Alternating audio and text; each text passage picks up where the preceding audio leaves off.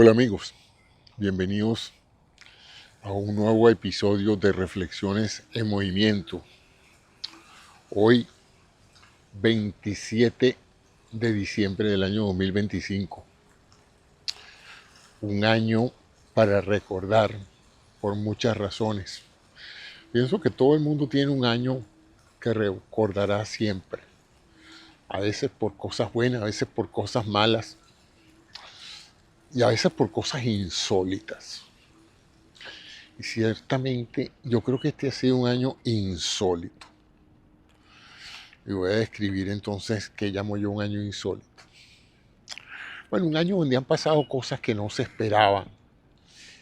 En la mayoría de la historia, esos años insólitos usualmente ocurren porque se desatan fenómenos naturales que no se esperaban y se desatan problemas económicos que probablemente eran predecibles y que han creado mucho malestar en muchas personas, etc. Pero hay años en que, bueno, están los años de las guerras también, son años bastante que la gente tiende a recordar mucho.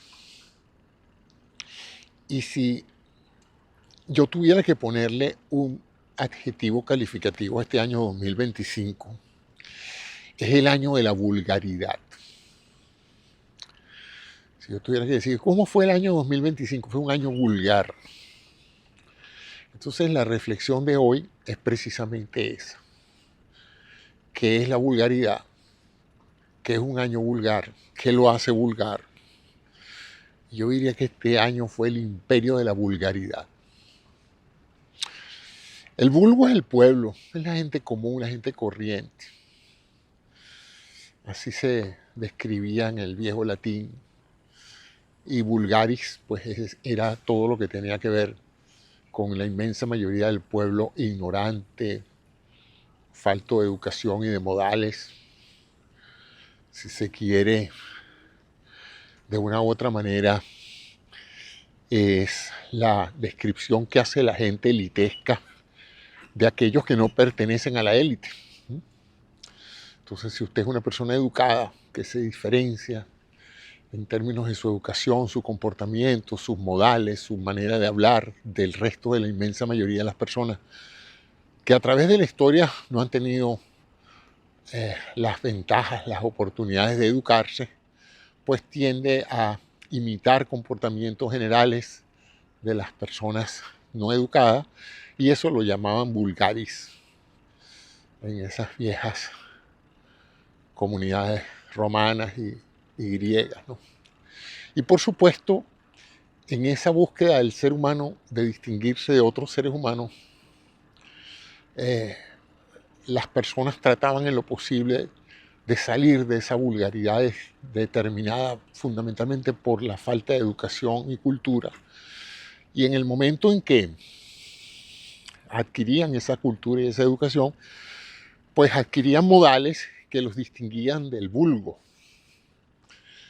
Entonces, la vulgaridad, ese tipo de comportamiento que caracteriza a la inmensa mayoría inculta, era mal visto, y entonces las personas que habían adquirido educación y cultura se dedicaban a hablar diferente. Me enteré hoy leyendo sobre ese tema que había dos tipos de latín, el latín latín y el latín vulgar, para referirse a la manera en que el vulgo, el pueblo inculto, hablaba el latín, ¿no? Por la gente que tenía ciertos conocimientos y que pertenecía a una clase social elevada por encima del vulgo. Típicamente la gente que no trabaja, sino que hace que los demás trabajen. Los que tenían esclavos y los que tenían tiempo para filosofar, educarse, leer. Hay que ver el impacto diferenciador social que representó a través de la historia el hecho de poder leer y escribir, ¿no? Por siglos, el factor de diferenciación social y que permitía la esclavitud y el abuso de muchas capas sociales de otras, era esencialmente el dominio de los que sabían leer y escribir. Y por supuesto convenía que las inmensas mayorías del vulgo no aprendieran, porque si aprendían ya ya podían adquirir conocimiento y separarse del vulgo. Lo cierto es que a todas estas siempre ha habido un interés de la gente por prosperar, por avanzar, por tener mejor nivel social en esa jerarquía social que siempre se establece en todas las culturas, en todas las razas. Siempre hay una diferenciación social, producto de las capacidades individuales, del talento, de la fuerza, de la inteligencia, de las habilidades, y ciertamente el mayor diferenciador es la cultura. De tal manera de que yo diría que uno de los insultos que uno le puede decir a alguien en cualquier momento es decirle vulgar, porque es decirle que tú eres una persona de bajo nivel cultural y educativo. O sea, vulgar, chico. Y eso ha hecho pues que uno a través de la historia, desde que tengo uso de razón, mis padres y mi familia ha tratado en lo posible de sacarnos de la vulgaridad, de hacernos sentir que nosotros no somos igual que los demás, sino que somos mejores, y no porque tengamos ningún atributo en particular, sino porque tratamos en lo posible de educarnos, de hablar educadamente, de adquirir cultura y de ser diferente de aquellas personas que no lo han hecho. Vamos entonces ahora a lo que ha sido tradicionalmente las jerarquías sociales, ¿no? Que podríamos decir que son tres grandes clases a través de la historia, ¿no? Los ricos o reyes o monarcas, las élites, que son aquellos grupos humanos en la periferia del poder monárquico, del poder religioso o del poder militar, y que han adquirido, gracias a ese poder, han adquirido educación y cultura. Bueno, voy a hablar de las dos cosas. Tú puedes ser culto sin tener una educación formal, y también puedes ser educado y no ser culto. Eso es más difícil, pero pasa con frecuencia, y ya lo van a ver aquí, como este año ha sido una revelación de la cantidad de gente que educada ha terminado siendo inmensamente vulgar. Porque la vulgaridad se ha puesto de moda en todo, en todas las artes, en todas las ciencias y en toda la política. Entonces, a pesar de que tradicionalmente en el mundo que conocíamos antes de este año en particular, a uno le daba vergüenza ser vulgar, ahora se ha puesto de moda tener actitudes vulgares en todas las áreas. Pues uno puede ser vulgar en el lenguaje, las famosas groserías, vulgaridades, irrespeto, ponerle sobrenombre a la gente, faltar el respeto, despreciarlos, abusar verbalmente de las personas, criticarlos, subestimarlos, todo ese tipo de cosas representan vulgaridad verbal. Pero también hay una vulgaridad en el comportamiento, en la vestimenta, ¿no? La idea de aparentar ser lo que no se es, en forma de pretender representarse como alguien vulgar y pretender que el entorno lo acepte, es también una forma de agresión y tiende a ser rechazado, o por lo menos así era antes. Decorar tu casa de una manera vulgar era que la gente le preocupara o le molestara el grado de vulgaridad, cómo te vistes, cómo actúas, cómo te portas, cómo te sientas, cómo hablas, cómo te comportas con los demás. Y en el caso de la política, las políticas que haces, las políticas que tienes, los decretos que firmas, son decretos que revelan un grado de vulgaridad extrema. La vulgaridad se caracteriza, entre otras cosas, por la mentira. O sea que en una sociedad vulgar o en una presidencia vulgar o en una compañía vulgar, la vulgaridad y la falta de modales, buenos modales, está asociada también a la prevalencia de mentiras. La mentira ha sido a través de la historia algo sumamente castigado, cuestionado. Lo peor que se le podía pasar a un mentiroso era que lo agarraran en la mentira. Porque bastaba con decirle a alguien, eso que tú dijiste es mentira, para desprestigiarlo inmediatamente. Si alguien se atrevía en público a decir algo probadamente equivocado, se exponía a que la audiencia lo denunciara por mentiroso. Y eso en, en el pasado era criticable y tenía un alto costo a la hora de tener aceptación, entre otros. Pero hemos visto, sobre todo este año, una capacidad impresionante de muchas personas de ser capaces de mentir sobre cosas probadamente inciertas y que no pase nada. Que incluso la denuncia completa con evidencias de que la persona estaba mintiendo no parece cambiar para nada.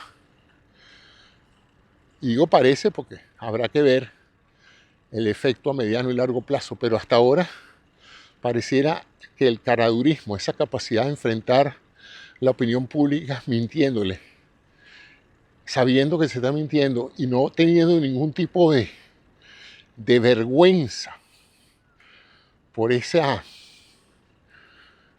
vulgaridad que acaba de cometer, tenga mayor influencia, ¿no? Lo cual nos revela una cosa, que es que cuando las personas tienen intereses, sobre todo intereses económicos o de poder, son capaces de hacer cualquier cosa por mantenerlos, ¿no? Lo cual nos lleva a eso,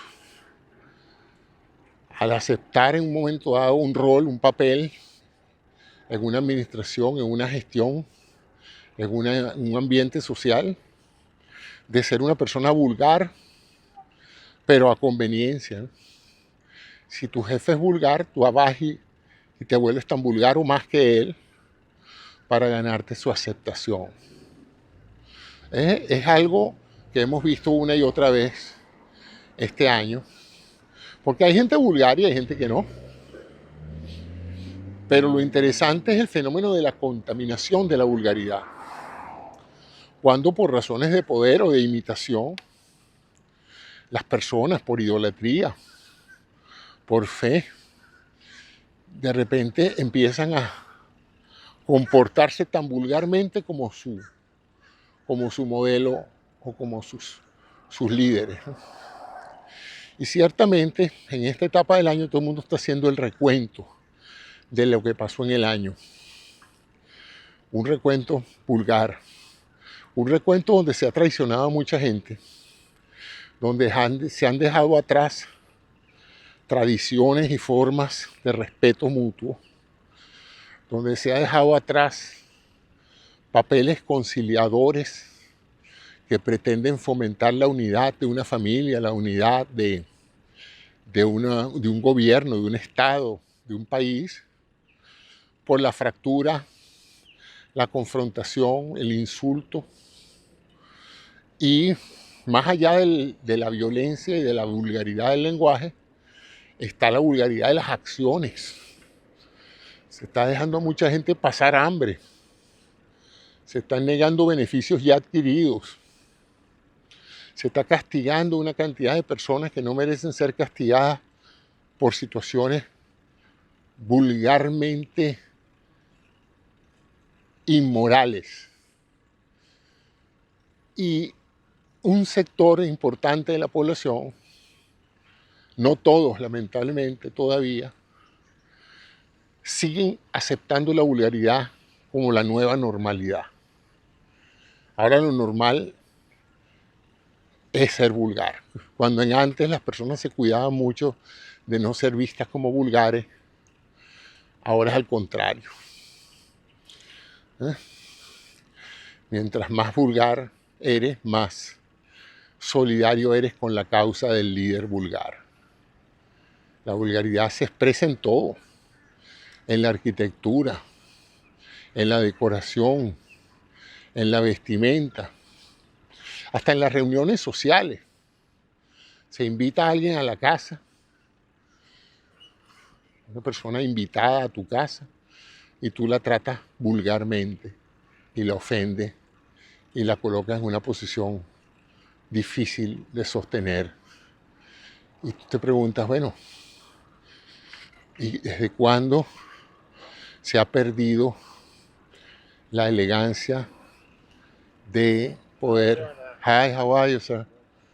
¿Desde cuándo se ha perdido la elegancia y la educación de atender bien a un huésped, a una persona que tú has invitado? Históricamente se aceptaba que cuando tú invitabas a alguien a tu casa, tú tenías que hacerle esa visita lo más placentera posible, dentro de los límites de lo razonable, ¿no? Y eso se traducía en que tú hacías lo posible por no colocar al huésped en una posición inferior de minusvalía, donde él no pudiera defenderse, donde él no pudiera hacer mayor cosa que aceptar todas las tropelías que tú le estabas creando. Bueno, este año vimos varias instancias de eso mismo. Faltas de respeto de todo tipo. De personas en las cuales uno pensaría que por las posiciones que han ocupado, por la calidad de vida que han tenido, por la educación que han tenido, porque han ido a universidades, etcétera, uno pensaría que son personas capaces de distinguir lo vulgar de lo vulgar, de lo correcto, de lo moral. Pero no, porque de nuevo este ha sido el año de la vulgaridad. La vulgaridad se puso de moda. Dicen que hasta en la música, mucha gente que ha conocido muchos tipos de música popular, muchos tipos, yo lo viví, la música popular de mi tiempo era incluso chocante para las viejas generaciones. El rock and roll, el twist, todos esos ritmos, toda esa música de los años 60, 70 se veía como, en algunos casos, un poquito vulgar y ofensiva. Pero eso es para nada comparado con lo que ahorita se está viendo, no solamente en materia de letras musicales, de ritmos musicales y de comportamientos sociales en medio de la euforia que produce la música. O sea que ahora uno ve una fiesta juvenil y la ve sumamente vulgar. Los mismos jóvenes la ven vulgar, lo cual indica que no es un problema generacional, es un problema de la tolerancia con la cual la sociedad acepta cambios que en otros momentos eran inaceptables, ¿no? O sea que eso yo creo que desde el punto de vista general es como yo identifico este año. Por otro lado están los cambios políticos. Se presume que cuando un profesional se le asigna una posición importante por segunda vez o repite haciendo algo que ya hizo, debe teóricamente hacerlo mejor. Si yo voy a operarme con un cirujano y es la primera vez que me va a operar, yo estoy un poco nervioso porque independientemente de sus destrezas, está el hecho de que él nunca ha hecho esa operación. Pero si él me dice que él ya ha operado antes un caso similar, yo voy más tranquilo, porque es razonable pensar que una persona que ya ha hecho algo en el pasado, ahora que tiene la nueva oportunidad de ser cirujano, de operar ese caso, de gobernar un país, de dirigir una agencia, etcétera, puede hacerlo mejor.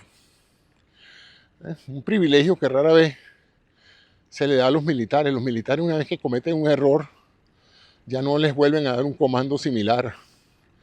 Pero uno esperaría que si le volvieran a dar una oportunidad, esta segunda vez no cometiera los errores anteriormente cometidos. Por lo menos esa es la expectativa lógica. Que si ya alguien ha estado haciendo algo y lo ha hecho bien o lo ha hecho mal, pero se le da la oportunidad de volver a hacerlo, aproveche la experiencia anterior para hacerlo mucho mejor. Eso se llama progreso.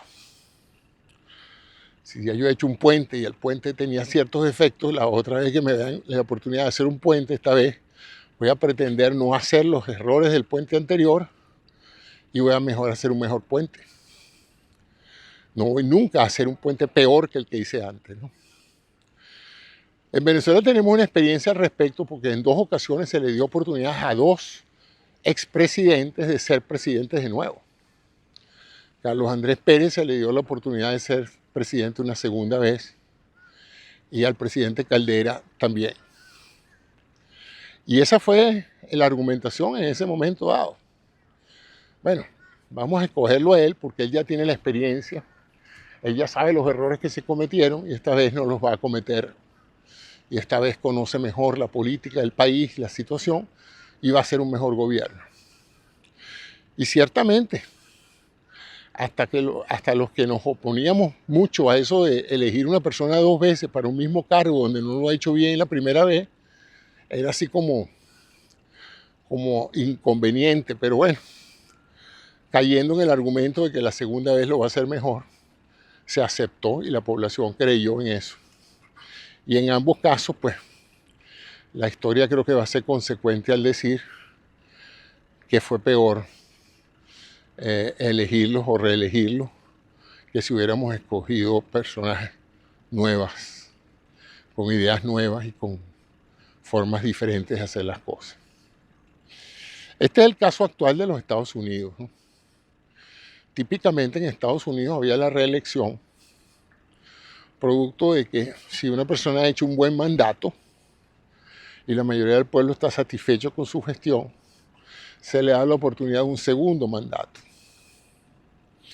Así se mantuvo la tradición desde el mismo primer presidente, George Washington. Y a pesar de que no estaba escrito en la Constitución que un presidente solo debía elegirse 2 veces, reelegirse 2 veces, en el caso único del presidente Franklin Delano Roosevelt, fue tan exitosa su primera gestión que fue reelegido para una segunda gestión. No solamente conforme con haber sido elegido por una segunda elección, fue elegido para una tercera elección. O sea que el presidente es el único presidente que ha tenido más periodos constitucionales y eso obligó a que se hiciera una enmienda en la Constitución que pusiera límite a que solamente 2 personas, a que solamente 2 periodos fueran justificables. Sin embargo, pasó una cosa interesante. Lo de los 2 periodos no tenían que ser consecutivos. En otras palabras, un presidente podía ser electo, terminar su primer periodo, no contar con la aprobación de la mayoría de sus ciudadanos, por lo tanto, no era reelegido. Pero más adelante la gente como que sí veía más claras las cosas y volvían y lo podían reelegir una segunda vez. Y creo entender que eso ha pasado ya 2 veces. Que ha habido 2 presidentes en la historia americana que han sido reelegidos no consecutivamente. Sin embargo, pues creo que la primera experiencia no fue tan exitosa como se parecía, no como las del caso de Roosevelt, que fue elegido varias veces y todo el mundo coincide en que fueron los mejores gobiernos que este país haya tenido saliendo de la Gran Depresión y entregando un gobierno casi terminando una guerra exitosa y una economía próspera y una fuerza armada que pasó de ser una de las menos capaces del planeta a ser una de las más capaces del planeta, si no la más capaz. De tal manera que fue un presidente extraordinariamente exitoso en cada uno de sus mandatos. Y como los buenos comandantes, murió peleando, o sea, murió en el cargo. De tal manera, pues, de que esa es la historia de los Estados Unidos.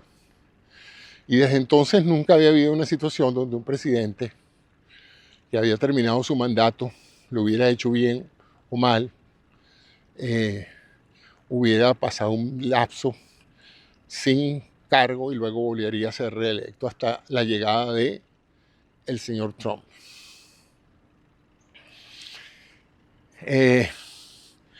La presidencia de un país tan complejo como Estados Unidos es sumamente complejo, difícil, porque es un país que no solamente tiene responsabilidades nacionales, sino responsabilidades internacionales, derivado de su economía y de su poder militar.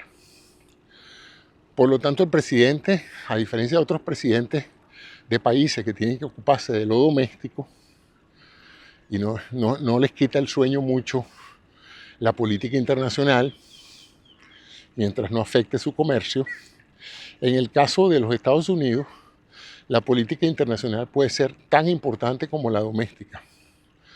Sobre todo si tu país ha asumido el papel de policía del mundo, es decir, tú controlas la posibilidad de que puedas corregir situaciones anormales a nivel del mundo interviniendo económica o militarmente. Lo cual hace que siempre se ha aspirado que a la presidencia vaya gente con una formación amplia, educados, cultos, decentes, no vulgares, personas que tengan experiencia al servicio público, que hayan sido antes alcaldes, gobernadores, representantes al Congreso o senadores, que ya hayan tenido cierto roce público con las gestiones del Estado, de la importancia del Estado, que hayan tenido cierta experiencia diplomática, que hayan viajado al exterior en funciones de servicio diplomático. Ese es el desideratum de un presidente, ¿no? Un presidente que sepa la importancia del poder militar que adquiere al ser comandante en jefe, que necesita usarlo sabiamente, que no puede ser caprichoso, que debe asesorarse bien, que debe rodearse de un equipo humano competente para que él luzca competente. Que esos grandes presidentes de los Estados Unidos no solamente han sido excelentes por ciertos atributos individuales, sino por haberse rodeado de gente muy competente, tan o más que ellos, que los sirvieron bien y los escogieron bien, fueron bien reclutados. Se dice que el gobierno de Delano Roosevelt fue muy bueno, no solamente porque este hombre estaba muy bien preparado para su cargo en ese momento histórico, sino que se asesoró muy bien, tenía muy buenos consejeros, tenía muy claras políticas económicas, tenía una visión estratégica. Y en términos militares, confió en rodearse de militares muy competentes, como el general Marshall, como el almirante Nimitz, como Eisenhower, y bueno, como MacArthur dentro de todo, el más conflictivo de todos sus generales, pero por lo menos era un buen general. Lo interesante es que, un poco insubordinado eso, pero lo interesante de este proceso es que todas estas personas que han ocupado esas posiciones han tratado de ser dignamente respetuosos del ciudadano, de las instituciones, de la moral de la época. La moral, como he dicho en mis programas anteriores, cambia con el tiempo. Lo que en una época era considerado muy inmoral, pues luego, años después, ya se tolera con mayor frecuencia. Sin embargo, hay un detalle siempre, como se aspira a que el presidente pertenezca a la élite, el presidente trata en lo posible de separarse del vulgo, separarse de lo vulgar, porque lo vulgar lo iguala con la inmensa masa. Y eso tiene un problema, y es que el líder debe ser siempre visto como un líder, como alguien a quien hay que aspirar llegar a ser, y no como alguien que es o como tú o peor que tú.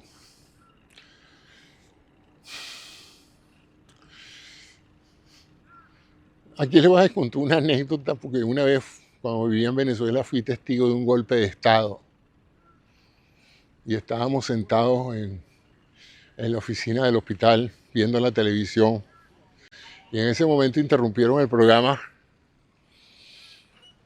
porque los alzados, los golpistas, habían tomado una emisora de televisión y estaban emitiendo un boletín informativo. Entonces todos nos pusimos atentos a ver qué tenían que decir esos que estaban tratando de usurpar el poder y tumbar el gobierno del presidente Pérez. Y en ese momento aparecen en cámara un par de señores vestidos así como estoy yo ahorita, con su franelita, un aspecto muy desagradable y un par de fusiles a su lado. Y cuando empiezan a hablar, lo hacen en un tono vulgar, con un léxico vulgar, con una apariencia vulgar, que ya de por sí daba la impresión de que si esa es la gente que va a tomar el poder, creo que vamos a estar peor que como estábamos antes, ¿no? La importancia de la imagen. Lo cierto entonces es que en eso viene pasando el señor que limpia el piso ahí en la oficina y se queda viendo y le digo yo, ¿qué te parece los que van a gobernar nuestro país? Y se voltea con esa sabiduría del pueblo y me dice, no, doctor, para malandro yo. Si esa es la gente que va a gobernar, entonces para eso me voy yo allá y me junto con ellos y gobierno yo también. Para mí esa frase fue increíblemente inteligente porque me reveló lo que piensa la gente común, pues, que aspira a que sus líderes sean mejores que ellos. Si van a ser iguales o peores que ellos, pues, ¿por qué no ellos, no? Es un sentimiento común. Hay mucha gente que dice que los líderes populares deben ser gente del pueblo. Yo no tengo ninguna objeción a eso. Es más, deben ser gente de extracción popular, pero no deben ser vulgares. Deben ser educados, deben ser personas que hayan ido a la escuela y que se puedan diferenciar de la gente común, porque si van a ser iguales en capacidades y talentos que la gente común, pues entonces no tienen ningún atributo en particular para gobernar un país, podría hacerlo cualquier otro, ¿no? Lo que él dijo, si se trata de malandros gobernantes, pues yo también, pues yo podría ser uno de esos, candidato a ministro, ¿no? Y para mí fue una gran enseñanza porque creo que refleja el hecho de que la mayoría pensamos que nuestros líderes deben ser iguales o mejores que nosotros. Y eso no es nada más en política. Si yo estoy trabajando en un departamento científico y el jefe del departamento es una persona con mayores credenciales que yo, con mayor experiencia que yo, con mayor sabiduría que yo, o no tuviera nada de eso, pero cuando yo hablo con él me doy cuenta de que tiene atributos que yo no tengo ningún inconveniente en seguir su liderazgo. Pero si cuando yo hablo o interactúo con esa persona a la cual estoy ahora sujeto a su mandato y veo que es una persona sin experiencia, sin conocimiento, sin educación y sobre todo dentro de todo eso, sumamente vulgar, mentirosa y que no acepta que otras personas puedan saber más que él o ella, pues inmediatamente siento un profundo rechazo. Y ese rechazo se puede manifestar de dos formas, ¿no? O no participo activamente en lo que están haciendo y terminan votándome, una suerte de huelga de brazos caídos, o sencillamente me voy a otro sitio donde yo tenga líderes y personas que me dirijan o me conduzcan y que sean merecedoras de ese respeto. Personas que no sean vulgares. Ahora, el problema es cuando en una organización, toda la organización se vulgariza. En otras palabras, eso que podría en un momento dado estarle pasando a una sola persona y sometiendo a los demás a ese estilo de vida y de manejo, ahora resulta que toda la organización tiene un comportamiento similar. Y no me estoy refiriendo a que todo el mundo tiene que andar con corbata y con modales sofisticados o con ciertas prebendas de tipo social. No, me estoy refiriendo a la conducta humana, a la forma de comunicar de una manera diáfana que promueva la colaboración y que no promueva la división, que trate de entusiasmar, de motivar a la gente y no de colocarla en posiciones de combatir unos con otros, de promover la agresión dentro del grupo con el cual tú trabajas. Hay gente que le busca pelea, le encanta ver que sus subordinados entran en conflicto unos con otros. Parece que fuera un deseo medio dantesco de ver a la gente que te sigue peleándose por el placer de complacerte y cayendo ellos mismos en acciones vulgares con tal de demostrarlo. Y eso es lo que hemos visto. Y lo hemos visto no solamente en el tratamiento doméstico de la vida aquí en Estados Unidos, sino en el comportamiento internacional del país completo, dirigido de esa manera. Entonces eso trae pues el hecho de que hoy por hoy, creo, Estados Unidos, después de haber sido tomado en serio por muchos años en la comunidad internacional, como un país serio, responsable, con una estrategia lógica, con un liderazgo sereno, con un liderazgo bien asesorado, con un liderazgo confiable, ahora, no sé, lo dejo a criterio de ustedes, ¿les parece que esa es la manera en que la gente percibe al gobierno de los Estados Unidos? Y por extensión al votante de los Estados Unidos, a mí me ha causado bastante dolor ver como muchos países extranjeros actualmente no solamente están cuestionando el liderazgo de los Estados Unidos, están cuestionando la visión política del ciudadano que los eligió. Porque dirán, bueno, pero y esta gente no se daba cuenta de lo que estaba haciendo, ¿no? Y este año, volviendo al hecho de que la gente en las segundas oportunidades se espera que lo hagan mejor que en la primera, ha sido todo lo contrario. Si había ciertas reservas de la capacidad, esas reservas no solamente se borraron, sino que empeoraron, porque todos aquellos que vaticinaron que un segundo gobierno iba a ser desastroso se quedaron cortos. Porque ha sido uno de los primeros años de gobierno que dicen los historiadores que ellos jamás habían visto esto. Incluso hay antecedentes históricos de muchas figuras de la historia política americana reseñando los problemas que se podrían derivar de un país demasiado presidencialista. Yo estoy hoy claramente convencido de que un sistema constitucional que da demasiado privilegio al presidente está buscando abusos y los va a encontrar. Ese fue el caso venezolano con Chávez. Se le dio demasiado poder a Chávez, se confió demasiado en Chávez y Chávez abusó. Y ni siquiera llegó a vivir para ver el desastre que había causado, sino que lo dejó en otras personas, endosándole el poder a otra persona, que también lo ha hecho peor todavía que él. Si es posible eso, pero aparentemente eso es lo que está pasando. Y que va a llevar al país a una condición terrible de riesgo nunca antes visto. Estados Unidos está por entrar en una guerra que no está buscando, que no debería estar buscando, porque no es necesaria para la seguridad del país. Y Venezuela está a punto de caer en una guerra que se podría solucionar rápidamente con una simple renuncia, y que pareciera que eso es demasiado pedirle al líder que su equipo renuncie y declare que fracasó, y entonces ahora resulta que la condición es que va a llevar al pueblo venezolano al inmenso sacrificio de una guerra que todos los observadores apuntan a que va a ser desastrosa para el pueblo venezolano. Desastrosa.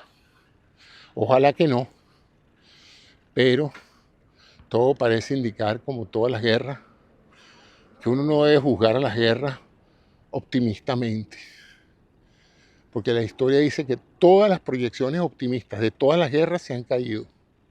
No ha habido ni una sola que haya salido bien. Al final, los vencedores modifican la cosa para que parezca que salió bien, ¿no? Pero en la práctica, cuando se ven los errores causados y las consecuencias a mediano y largo plazo Muchas operaciones que en las primeras semanas o meses se consideraron sumamente positivas han terminado siendo desastrosas a largo plazo. Entonces, todo esto es reflexiones de fin de año.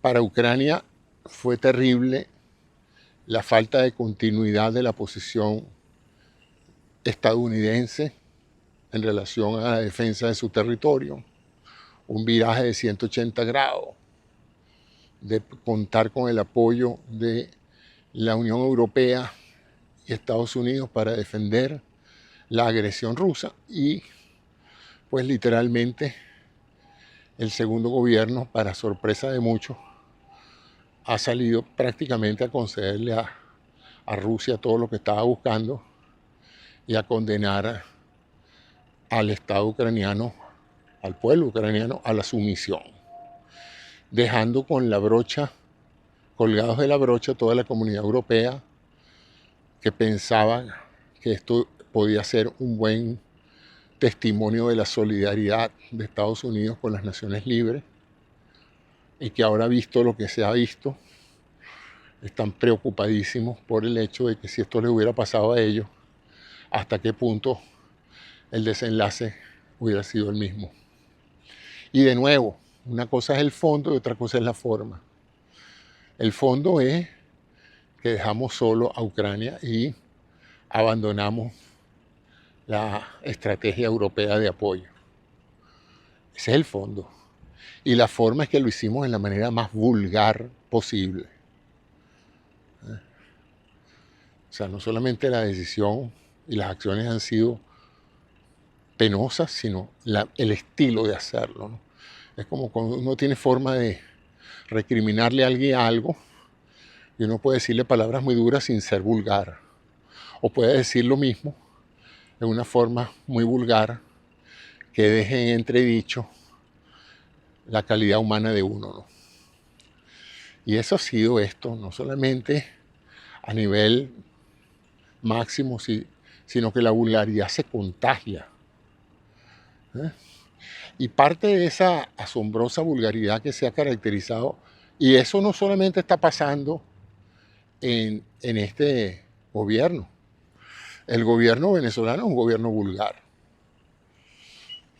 Además es un gobierno criminal, es un gobierno vulgar. El jefe de Estado más vulgar no puede ser. Los ministros igual. Entonces,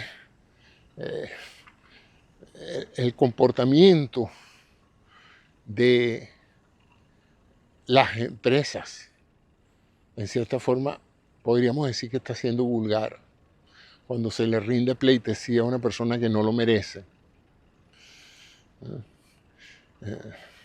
Organizaciones como la FIFA han creado premios vulgares para complacer los apetitos del poder y lo han hecho de una manera vulgar, casi caricaturesca, ¿no?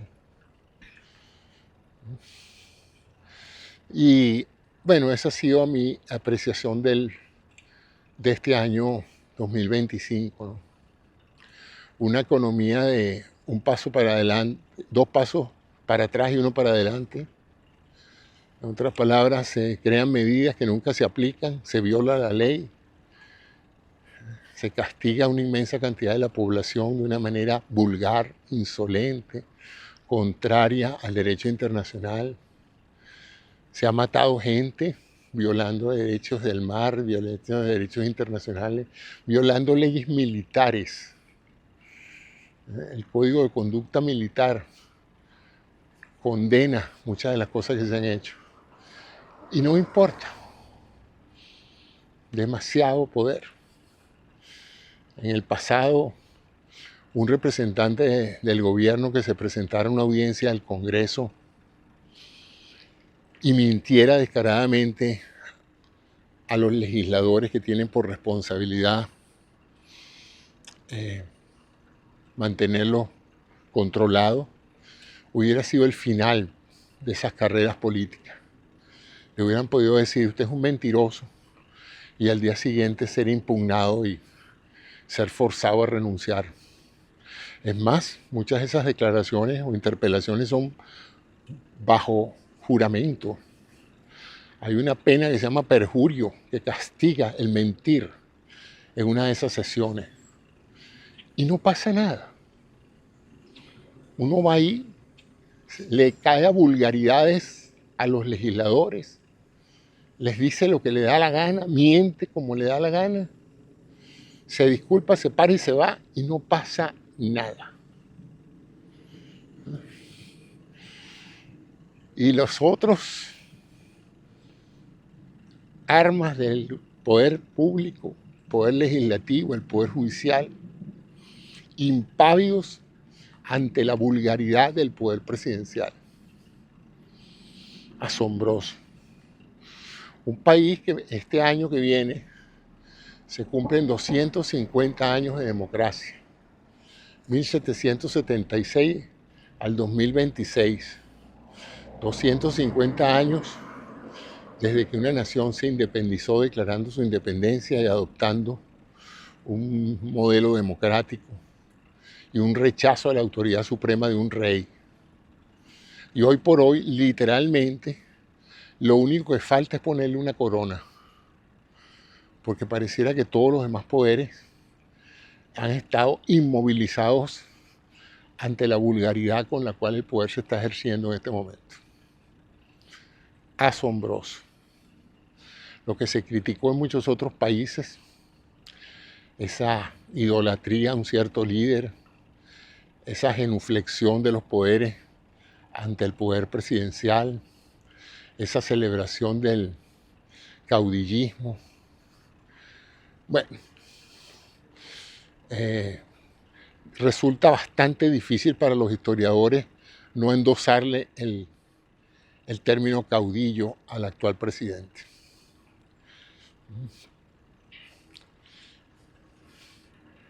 Y todo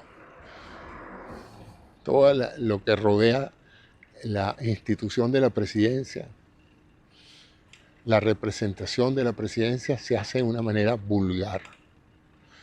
Vulgarmente se cambian los nombres de los edificios, de las instituciones, se emiten decretos ilegales, se agrede a jueces vulgarmente, se despide vulgarmente a la gente, se trata con vulgaridad a la prensa y a la libertad de expresión. O sea, reflexionen por un momento todo lo que hemos visto de vulgaridad este año y díganme que este no va a ser un año que podríamos categóricamente declarar el imperio de la vulgaridad. Tanto que ha dejado asombrados a propios y extraños, ¿no? Los historiadores no hallan parangón anterior con algo como esto. El sistema nunca se preparó para una personalidad presidencial tan vulgar como esta.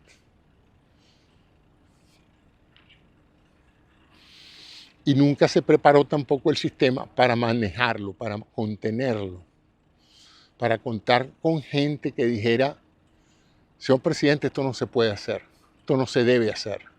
Usted lo puede hacer, pero no lo haga porque eso va a crear un pésimo precedente, que usted haga eso así. Su imagen va a quedar teñida de vulgaridad. Ese es el problema, a la gente vulgar no le importa ser vulgar. Al vulgar nato no le interesa cambiar, él pretende que los demás acepten sus vulgaridades como una gran gracia. Y ese es el drama que estamos viviendo allá en Venezuela. Y aquí y en todos estos países donde emergen estas figuras que creen que porque han sido electas se les debe aceptar de todo. Se les debe aceptar que sean corruptos, que sean vulgares, que sean agresivos, que se beneficien de la cosa pública, que hagan negocios gobernando. Y lo que antes era el vulgo, la gente, ha terminado, parece, tener más dignidad y más educación que los que se considerarían son ajenos a la vulgaridad, que es la clase gobernante. Yo imagino que yo nunca he vivido en un país con monarquía, pero yo creo que los monarcas deben hacer un enorme esfuerzo por no lucir vulgares. De ahí esa pompa y circunstancia que se ven en Inglaterra y en otras monarquías, donde los reyes tratan de ser diferentes a los súbditos, de tener un lenguaje diferente, una vestimenta diferente, unos modales, una forma de estilo de vida diferente. Porque ellos saben que el día que se vuelvan vulgares, dejan de tener el estatus que tenían para ser considerados como unos más del vulgo. Y eso no los ayuda a mantener su poder y su importancia dentro de la sociedad. Pero yo me pregunto si esto va a ser de ahora en adelante una tendencia importante en muchos países, donde elegir a alguien va a ser, como decían antes, una patente de corso para dejarlo hacer lo que les dé la gana, de la manera más vulgar posible, de la manera más agresiva posible, sobre la premisa de que para eso lo elegimos. De verdad, para eso lo eligieron. Para que fuera vulgar, para que fuera injusto, para que fuera inmoral, para que se enriqueciera, para que enriqueciera a sus amigos y a su familia. Para eso eligieron a esa persona. De nuevo, el vulgo se equivoca, los pueblos se equivocan a veces y se equivocan muy mal. Esta equivocación va a afectar el prestigio de la nación por muchos años, dicen los entendidos, no lo digo yo. Probablemente yo no lo llegue a verlo porque son muchos años y yo no creo que me quedan muchos años de vida, pero vamos a ver, uno nunca sabe. A lo mejor me tratan bien y me dan tiempo para ver si yo tenía razón. Pero lo cierto es que si este va a ser el estilo, bueno, no le auguro un gran futuro a muchos americanos que están naciendo en estos momentos. Y muchos latinoamericanos asociados a eso, porque Latinoamérica es de una u otra manera una extensión del poder económico y militar de los Estados Unidos. Somos tan desunidos en Latinoamérica que sin en un momento dado el apoyo de una nación de este nivel, probablemente nos devastaría cualquier otra potencia internacional. Haría con nosotros lo que le diera la gana. La única aspiración que tenemos es que tengamos un presidente de los Estados Unidos que vea a Latinoamérica no como unos súbditos y como unos vasallos, sino como un pueblo digno que colaborando y respetándonos mutuamente podemos alcanzar una enorme prosperidad para todos en las Américas, todos, desde Canadá hasta la Patagonia. Entonces, esa es la situación. El imperio de la vulgaridad. Llama a la reflexión eso.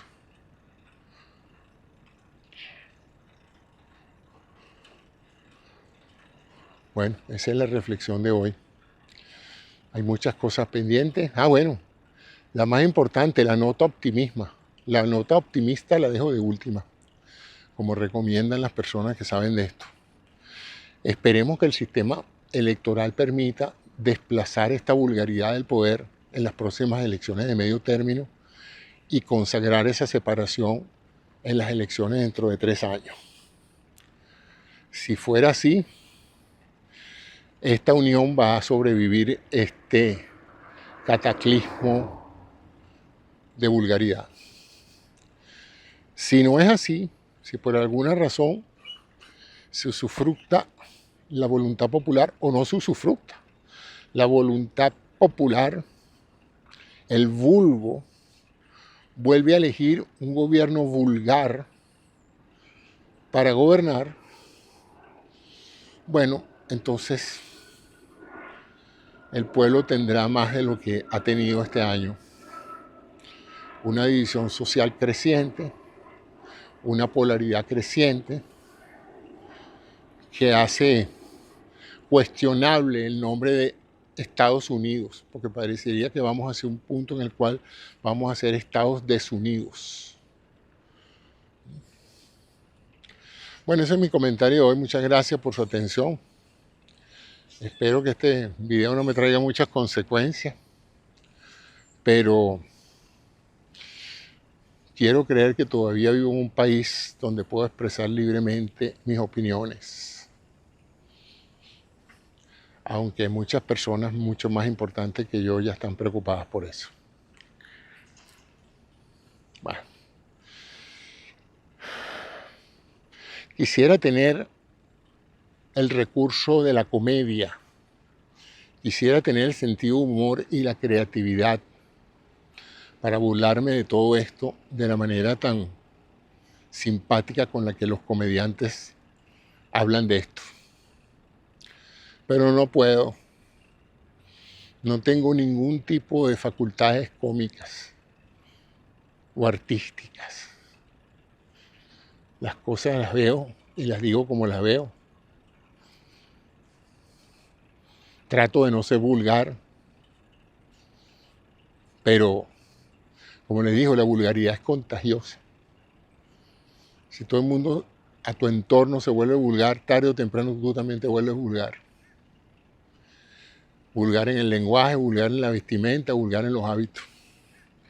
Bueno, señores, ese es el final del comentario de hoy, 27 de diciembre del 2025. A veces tengo grandes aspiraciones en el futuro, 1 año, 2 años, 3 años, a partir de ahorita, de poder ver estos videos y decir, caramba, qué interesante mi punto de vista en ese momento. Quizás estuvo en lo correcto, quizás estuvo en lo correcto. Quizás metí la pata, quizás no he debido haber dicho nada de eso y ahora la estoy pagando cara. Ya ha pasado tantas veces que gente se ha arrepentido de la foto que ha subido, del video que ha subido. Ciertamente parece que vamos hacia una sociedad que no se va a olvidar nunca de las cosas que hemos hecho, de un control social brutal donde ya no existe la privacidad, donde todo lo que hagamos va a ser usado en nuestra contra, donde, como dice tanta gente, calladizo uno se ve más bonito. La pregunta es, ¿vale la pena vivir en un sistema donde uno tiene que tragarse todo lo que piensa por temor a represalias? Supongo que la gente que ha vivido en países totalitarios en la Unión Soviética aprendió a vivir así, por su propia sobrevivencia. Nosotros los que nacimos en libertad, todavía creo que seguimos en libertad, no podríamos, tenemos muy malos hábitos. Uno de esos malos hábitos es expresar libremente lo que pensamos. Le guste a quien le guste, le duela a quien le duela. Pero reconozco que no es fácil, porque cuando es uno el que está expuesto, y hacer un video hoy, mandar un tweet, postear una foto, apoyar a un candidato, apoyar un comentario, le puede a uno salir carísimo en el futuro. Ya hay muchos muchachos condenados a una vida de cautela, de desconfianza por algo que hicieron cuando tenían 12 años, 14 años, 15 años. Una fiesta a la que fueron, una ridiculez que hicieron. Y hoy por hoy sus futuros empleadores tienen acceso a esa ridiculez y pueden pasar juicios. Y más grave que eso, que sean algoritmos los que juzguen la validez de uno como persona y como ciudadano. Porque como son tantos millones de personas, no hay manera de tener otros millones de personas censurando y evaluando el comportamiento social y político de las personas. Entonces van a tener que usar la inteligencia artificial. O sea que quien le va a negar su empleo, quien lo va a colocar en un punto de muy baja confianza, quien le va a quitar oportunidades, quien le va a negar el crédito, quien le va a hacer imposible la vida feliz, no va a ser una persona con la cual usted tenga una diferencia de opinión, va a ser un algoritmo que guiado por intereses sumamente nefastos y egoístas, va a decir a todas estas personas que tienen este rating, este score social, de comportamiento social, que tienen estas ideas, que piensan de esta manera, colócalos en el último nivel de oferta de empleo, de oferta de créditos para vivienda, de todo, de reconocimiento social, de todo.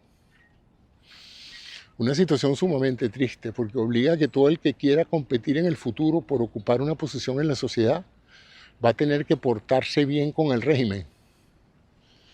Y el régimen va a usar toda esa información para perpetuarse en el poder. Y todo hace pensar que para allá vamos. Hay gente haciendo millones, creando mecanismos de inteligencia artificial precisamente para saber quiénes son esas personas de las cuales hay que deshacerse. Entendiendo la palabra deshacerse de diferentes formas, ¿no? Pero bueno, hasta mañana, ya veré qué otra cosa invento mañana para platicarles. Muchas gracias a todos y buenas noches.